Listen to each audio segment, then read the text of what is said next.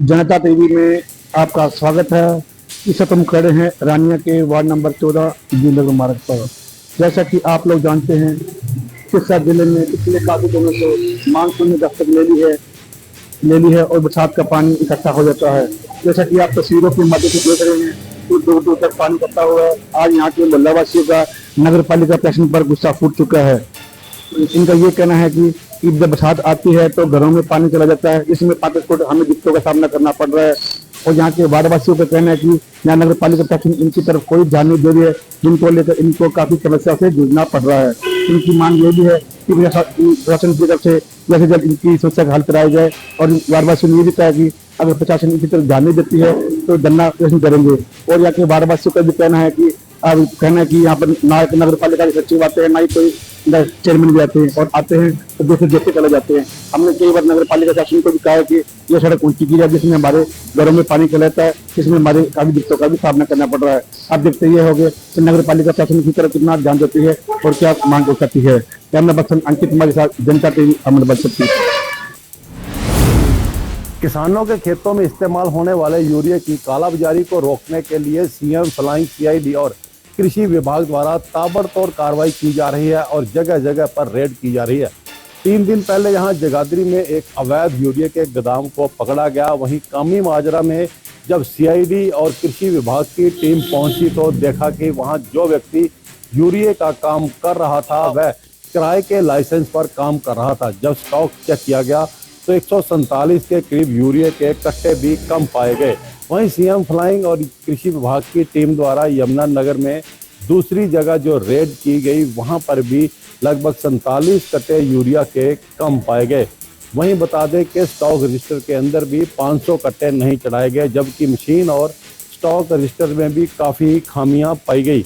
CID और CM flying का कहना है कि कालाबाजारी करने वालों की नाक में नकेल कसी जाएगी और यमुनानगर में हो रही यूरिया की कालाबाजारी को पूरी तरह से रोका जाएगा। बता दें कि यूरिया की कालाबाजारी लगातार जारी है और यमुनानगर की प्लाईवुड फैक्ट्रियों में यूरिया सप्लाई किया जाता है। यह भी पता चल रहा है कि यह यूरिया पंजाब और उत्तर प्रदेश से आता है और यमुनानगर की विभिन्न प्लाईवुड फैक्ट्रियों में ग्लू बनाने के लिए सप्लाई किया जाता है। अब सीएम फ्लाइंग की नज़र यूरिया की कालाबाजारी करने वालों पर लगी हुई है और सीएम फ्लाइंग का कहना है कि यूरिया की कालाबाजारी करने वालों को बिल्कुल भी बख्शा नहीं जाएगा। डवाली के रत्ताखेड़ा में ब्लाइंड मर्डर की गुत्थी को सुलझाते हुए डवाली पुलिस ने बड़ी कामयाबी हासिल की है।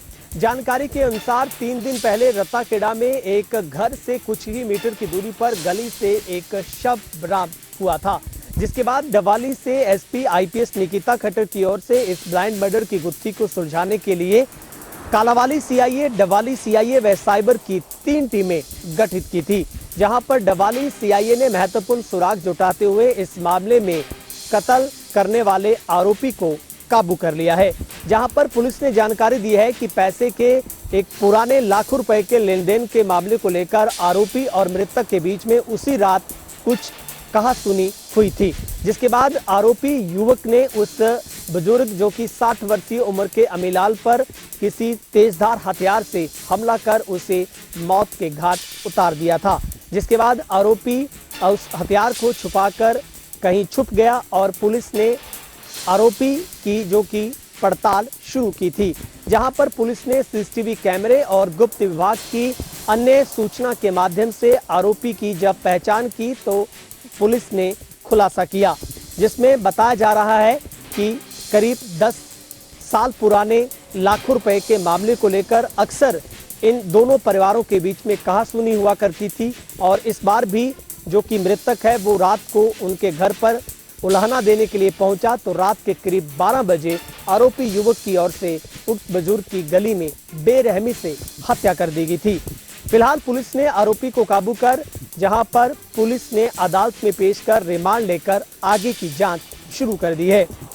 डवाली से कैमरा पर्सन वकील के साथ गुरविंदर पन्नू, जनता टीवी, डवाली। अगस्त माह में तोशाम क्षेत्र में अभी तक बारिश की कमी महसूस की गई थी, परंतु कल शाम को अचानक हुई अच्छी बारिश के बाद आज सुबह से तोशाम क्षेत्र में तेज बारिश शुरू हो गई। आम लोगों को गर्मी और उमस से दूसरे दिन भी राहत मिली। वहीं पर किसानों को भी दूसरे दिन लगातार बारिश से फायदा होगा। पिछले करीब एक सप्ताह से फसलों में सूखे की स्थिति बनी हुई थी, जो बारिश होने के कारण कुछ कम हुई है। बारिश ने गर्मी से तो राहत दिला दी है, वहीं दूसरी तरफ बस अड्डा के पास बाजार में बरसात के कारण जल भराव की समस्या भी देखने को मिली। तो शाम से जनता टीवी के लिए अनुपम शर्मा। फरीदाबाद की सैनिक कॉलोनी के एक मकान में 3 फुट लंबे अजगर को देखकर घर का मालिक पूरी तरीके से सहम गया। दरअसल पूरी घटना सेक्टर 49 सैनिक कॉलोनी की है, जहां पर एक मकान के अंदर करीब 3 फुट लंबा अजगर जो है वो घुस आया। जैसे ही मकान मालिक बाजार से लौटा और उसने घर का मुख्य दरवाजा खोला तो उसने देखा कि दीवार के सहारे एक 3 फुट लंबा जो अजगर है वो कहीं ना कहीं पड़ा हुआ है। और उसके बाद जो है वो पूरी तरीके से डर गया और आस पड़ोस के लोगों को ये बात बताई। आस पड़ोस के लोग और मकान मालिक खुद जो है वो डर के मारे घर में नहीं घुसे बल्कि गली में ही खड़े हो गए। करीब 1.5 घंटे बाद जो है वो आस पड़ोस के लोगों ने और मकान मालिक ने निजी सांप रेस्क्यू टीम को जो है वो फोन किया। टीम जो है वो फोन के बाद जब मौके पर पहुंची तो टीम ने जो है वो अजगर सांप को जो है वो प्लास्टिक के जो है वो बोरे में भर लिया और पकड़ करके उसे दूर जो है वो जंगलों में छोड़ दिया। वहीं मकान मालिक के घर से सांप निकल जाने के बाद मकान मालिक ने बताया कि जो सांप है उसके निकल जाने से अब उन्हें राहत मिली है। और क्योंकि अरावली जो क्षेत्र है वो पूरा जंगली क्षेत्र है और ऐसे में सैनिक कॉलोनी के अंदर जो है वो जीव जंतु घुस आते हैं, क्योंकि भारी बारिश है इसके चलते जंगली जानवर जो है वो जंगली जीव वो सुरक्षित जगहों पर आ जाते हैं। ऐसे में फिलहाल सांप को बाहर निकाल दिया है और उन्हें पूरी तरीके से राहत मिली है। फरीदाबाद से जनता टीवी के लिए मुकेश राजपूत। सोहना कस्बे में आई आज झमाझम बारिश ने जहां लोगों को गर्मी से राहत दी, तो वहीं बात की जाए सोहना के बाजार की तो जहां कई जगह जल भराव के कारण लोगों को भारी परेशानी का सामना करना पड़ा। वहीं व्यापारियों की दुकान में पानी भरने से व्यापारियों को नुकसान हुआ है, तो कई व्यापारी अपनी दुकान बंद कर घर लौटना पड़ा। बता दें जहां बारिश से नगर परिषद की बात की जाए, नगर परिषद प्रशासन ने जहां लाखों रुपए का टेंडर छोड़ करके नालों की सफाई का कार्य कराया था, तो वहीं आज की बारिश देखते हुए जिस हिसाब से शहर में जगह जगह जल भराव और जहां स्कूली बच्चे पानी से निकलने और बड़े बुजुर्गों को भारी परेशानी का सामना करना पड़ा, तो कहीं ना कहीं ऐसा लग रहा है कि जो ये लाखों रुपए प्रशासन ने नालों की सफाई के लिए खर्च करे वो कहीं ना कहीं व्यर्थ गए हैं। जहां लोगों में भारी रोष है इस आज जल भराव को लेकर, वहीं भारी परेशानी का सामना करना पड़ा। वहीं साथ ही बता दें सुबह से हो रही बारिश के कारण कई इलाकों में आज बिजली ना आने के कारण भी भारी परेशानी का सामना करना पड़ा। बात की जाए वार्ड नंबर 9 गाँव जक्कूपुर की, तो जहाँ सुबह से सिर्फ आधा घंटा बिजली आई और अब शाम तक बिजली ना होने के कारण ग्रामीणों के घरों में अंधेरा छाया हुआ, जहाँ इन्वर्टर बिजली व्यवस्था फेल होने के कारण लोगों को भारी परेशानी का सामना करना, लोगों को घरों में पानी पीने का पानी तक नहीं है। तो कहीं ना कहीं देखी जाए जहां गर्मी से राहत दिलाने के लिए बारिश बरसी है, तो इन लोगों के लिए आफत बन चुकी है बारिश नहीं है, जहां लोगों को भारी परेशानी का सामना करना पड़ता है। बराड़ा में पुलिस ने नशीले पदार्थ की तस्करी करने वाले एक युवक को दबोच लिया। आरोपी के पास से हेरोइन बरामद की गई है। पुलिस ने गुप्त सूचना के आधार पर यह कार्रवाई की है।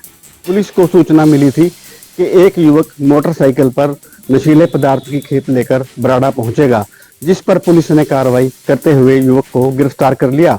पुलिस का कहना है कि नशे के खिलाफ चलाए जा रहे इस विशेष अभियान के तहत इस तरह की कार्रवाई लगातार जारी रहेगी। देखना होगा कि आखिर तस्करों पर कब तक लगाम लगेगी।